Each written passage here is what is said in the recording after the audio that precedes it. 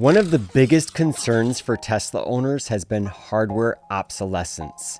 You buy a car that's advertised as full self-driving capable, only to have a new computer arrive a few years, or even in some cases a few weeks later, that seems to leave your vehicle behind. However, a recently released Tesla patent from January 15th, 2026 suggests the company may have found a way to stretch the life of its Hardware 3 computers without swapping out a single chip. This is great news. Hardware 3 was relevant for approximately 4 years, and Hardware 4, also known as AI 4, is slated to be relevant for approximately 4 years as well.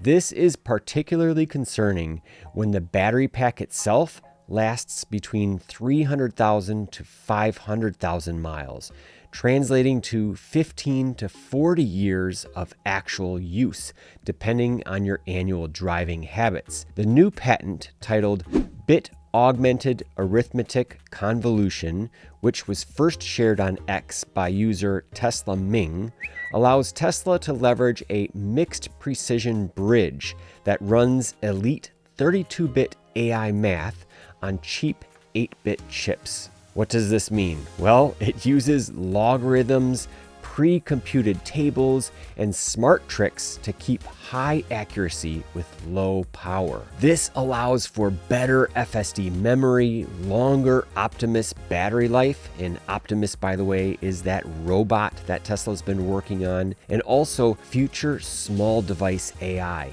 It allows a realistic upgrade path where Hardware 3 can be pushed toward AI 4 class capability using software alone. Rather than forcing Tesla to abandon millions of older vehicles or hold back its newest neural networks, the same advanced full self-driving software can scale across Hardware 3, AI 4, and future AI 5 systems, just with different efficiency levels.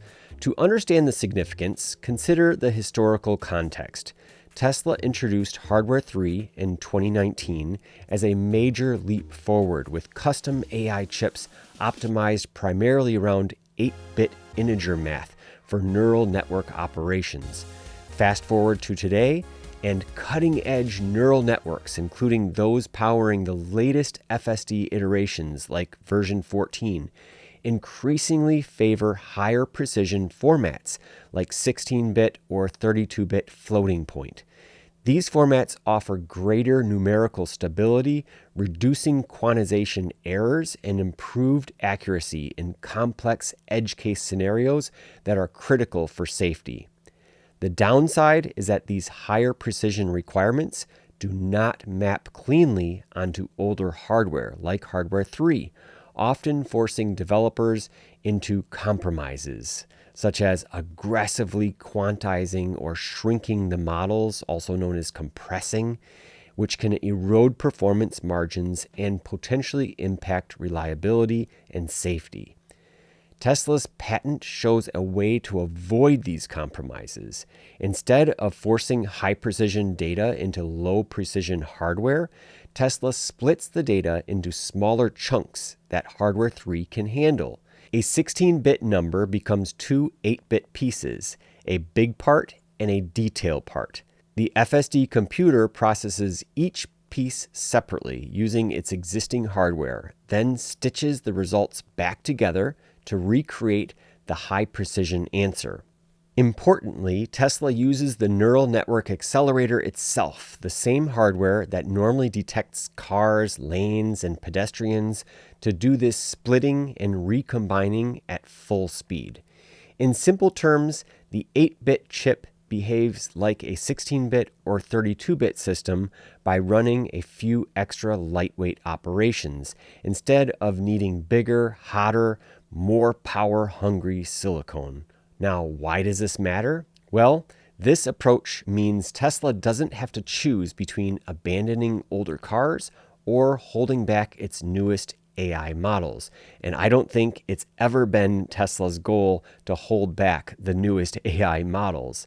The same sophisticated software stack can evolve while still running on Hardware 3, preserving a meaningful upgrade path for existing owners without upgrading the computer. The solution isn't perfect, however, because there are some trade-offs involved. These include slightly higher latency and more power usage, but the payoff is huge. Millions of Teslas can keep getting smarter instead of aging out.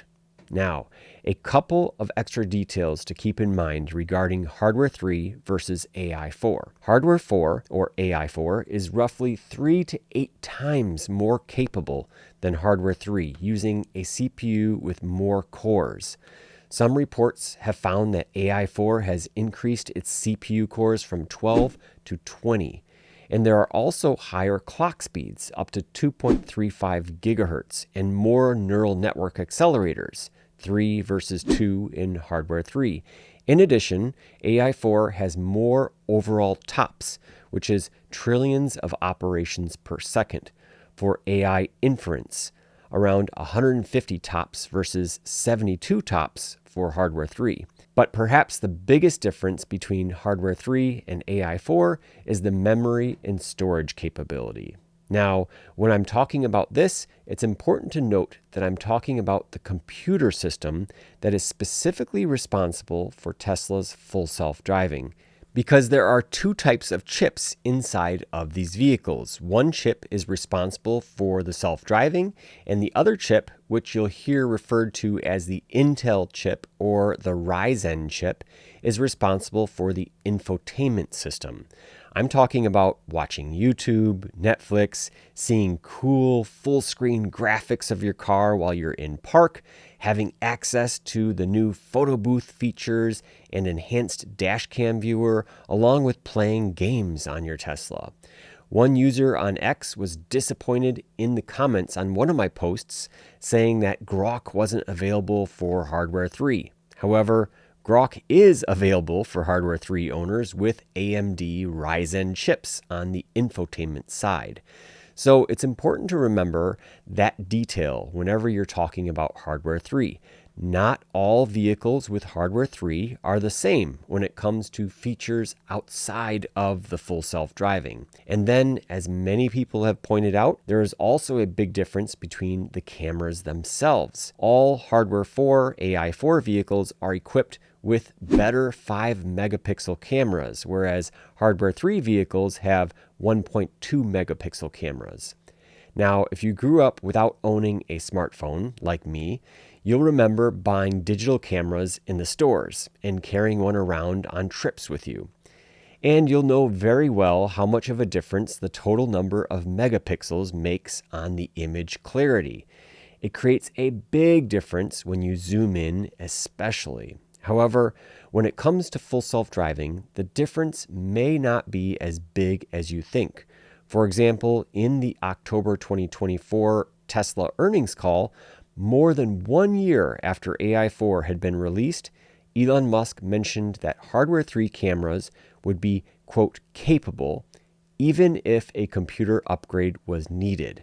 There is some chance that Hardware 3 does not achieve the safety level that allows for unsupervised FSD. And if that turns out to be the case, we will upgrade those who have bought Hardware 3 FSD for free. And we have designed the system to be upgradable, just to switch out the computer type of thing. The cameras are, they're capable. But anyway, we don't actually know the answer to that. But if it does turn out, we'll make sure we take care of those who have bought FSD on Hardware 3.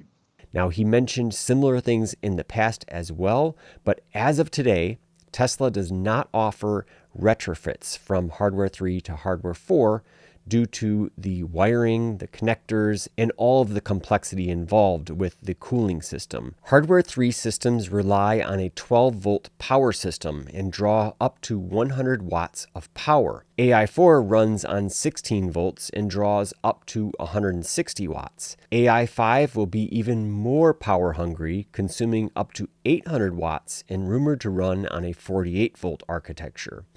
Just as a side note, this higher power consumption can have a negative impact on your battery while you park it with Sentry mode turned on.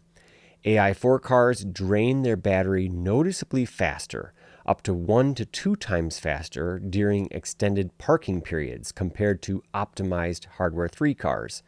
Software updates could mitigate this over time. Higher power usage from the CPU requires different wiring systems and internal hardware layouts, so it's not very easy to swap one out for the other. In fact, as soon as Tesla realized Hardware 3 FSD owners would need a hardware upgrade to achieve unsupervised full self-driving, which, by the way, still hasn't been solved, Elon decided to be fully transparent with everyone during the fourth quarter 2024 earnings call in January 2025, saying that it will be painful and difficult to upgrade Hardware 3 FSD owners. There had been months of questions being sent to Tesla's AI team on social media with a lot of unanswered questions. Hardware 3 was seemingly being left in the dust for software updates as the team was iterating on FSD version 13 for AI4 cars only. In fact, February 17th, 2025 was the last time that Hardware 3 cars received an FSD update, which was almost a year ago now. So hard to believe. Now, I used to get really frustrated with the engineers and the developers who were seemingly ignoring everyone's questions, including my own questions. But it wasn't until I realized there were some really good reasons why they're not responding to people. I've broken it down to 3 main reasons. The first and main one is, believe it or not, they actually don't know all of the answers themselves. The second is because they don't want to say something incorrectly and then have to modify or contradict themselves later. And the third reason is because there are a lot of eyes on Tesla's future right now, not only from the critics, including the haters, short sellers, and many people in the mainstream media, but also from Tesla's competitors. As a result, I think we should give Tesla a break and let them continue to cook and do whatever they're doing to get it right behind the scenes. It's hard to put your faith in that blindly sometimes. I know fully, but when you're creating new technologies and innovating so quickly, these questions can also come as a big distraction, not to mention creating some legal issues for accidentally sharing the wrong information along the way. No matter what, I think Hardware 3 owners can look forward to receiving version 14 Lite around June or July of this year. It should allow Hardware 3 FSD to park itself, go in reverse, and to turn itself on more seamlessly. Eventually, when FSD unsupervised arrives, that's when Hardware 3 owners will hear more details about a hardware upgrade. For those who have purchased FSD in full, or for the vehicles with the FSD package included and fully paid for, the upgrade will be free. However, for those with FSD subscriptions, I'm sure there will still be some option to upgrade, just at a cost. Let me know what your thoughts are down below. Are you willing to roll the dice and see what happens without owning FSD on your car, so you can try V14 Lite and subscribe to FSD as you go? Or are you more determined to buy and hold so you can enjoy it permanently on your vehicle? One point that I failed to mention in my previous video was the fact that Tesla could easily increase the FSD subscription price in the future. Owning FSD outright could save you some considerable money if you plan to keep your car for 6 to 10 years, driving it frequently and using FSD. FSD is one of the best safety features that money can buy, in my opinion, and I personally won't ever buy another car without it. Now you may wonder, how would that be possible after February 14th when it'll be impossible to buy it? Well, you can't forget that there are over 1 million Teslas that already have FSD fully installed. A good portion of those cars will go up for sale in the future.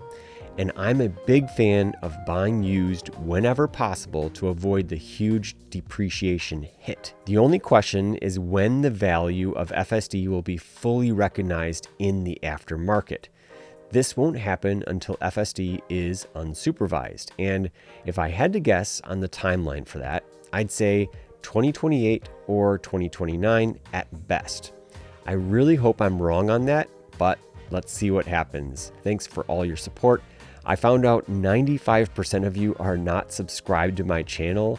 It goes a long way for a very small creator like myself, and it's completely free if you hit that subscribe button, and definitely give this video a like if you learned something or you got some useful information out of it. Thanks so much for watching, and I'll see you in the next one.